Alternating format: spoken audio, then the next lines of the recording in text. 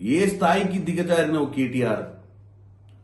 నిన్న ఏదో అగ్ని ప్రమాదము ఫోరెన్సిక్ ల్యాబ్లో జరిగితే రేవంత్ రెడ్డి గారి ఓటుకు నోటు కేసుకు ముడిపెట్టి మున్సిపల్ ఎన్నికల సమయంలో తెలంగాణ ప్రజలను పక్కదో పట్టించి మిమ్మల్ని మీరు చేసిన దరిద్ర పాలన మర్చిపోయి మీరు చెప్పే మాటలలో ప్రజలు పడిపోయి రేవంత్ రెడ్డి గారి మీద విష ప్రచారం చెల్లి మీకు ఓట్లు వస్తాయనుకోవడము ఎంత మూర్ఖత్వం ఇది. ఏం మాట్లాడుతున్నావో? పొద్దున్న లేస్తే నిద్ర పట్టక ఇప్పుడు మున్సిపల్ ఎన్నికలలో కూడా ఈ చింతపండు ఇద్దని తెలిసిపోయి ఏదో అబాండాలు వేయాలని ఫోరెన్సిక్ ల్యాబ్లో ఒకవేళ ఏదన్నా జరిగితే మీ టేపులు మీరు మాట్లాడిన మీ ఫోన్ ట్యాపింగ్కు సంబంధించినవి అవన్నీ కూడా ఎవిడెన్స్లు ఉంటాయి అలా.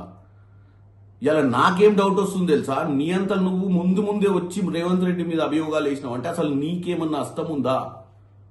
ఎందుకంటే మన చరిత్ర మొన్ననే మీరు అధికారంలో పోతుర్రని తెలిసి డిసెంబర్ 4వ తారీఖు నాడు ఎప్పుడైతే కౌంటింగ్ జరిగి కౌంటింగ్లో మనం ఓడిపోతున్నామని తెలిసిన నిమిషంలో స్పెషల్ ఇన్వెస్టిగేషన్ బ్రాంచ్ల సీసీ కెమెరాలు బంద్ చేసి మొత్తం పలగొట్టి ఆ ఇజ్రాయెల్ నుంచి తెచ్చిన పరికరాలన్నీ పలగొట్టి పెగాసిస్ పరికరాలు మీరు ఫోన్ ట్యాపింగ్ చేసినాయి, డాక్యుమెంట్లన్నీ ఎవిడెన్స్ లేకుండా కాల్ చేసి మిగిలినని తీసుకొని మూసినదిలో పడేసిన చరిత్ర నీది.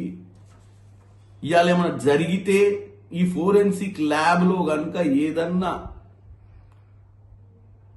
కుట్ర ఉంటే ఆ కుట్ర మీ తరపు నుంచే ఉండాలి. ఎందుకంటే మీ మీద ఎంక్వైరీ జరుగుతుంది కాబట్టి ఏం మాట్లాడుతున్నావు?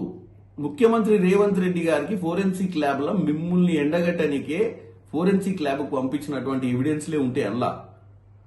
కాబట్టి తెలంగాణ ప్రజల్ని 24 గంటలు నువ్వు మీ బావ ఇద్దరు కలిసి పొద్దునోడు మధ్యాహ్నమోడు రాత్రోడు వీలైతే ప్రెస్ మీటు లేదంటే ట్విట్టరు లేదంటే చిట్ చాట్లు పెట్టి పనికిరాని మాటలు మాట్లాడితే మీకు ఎట్టి పరిస్థితిలో ఓట్లు వేయరు.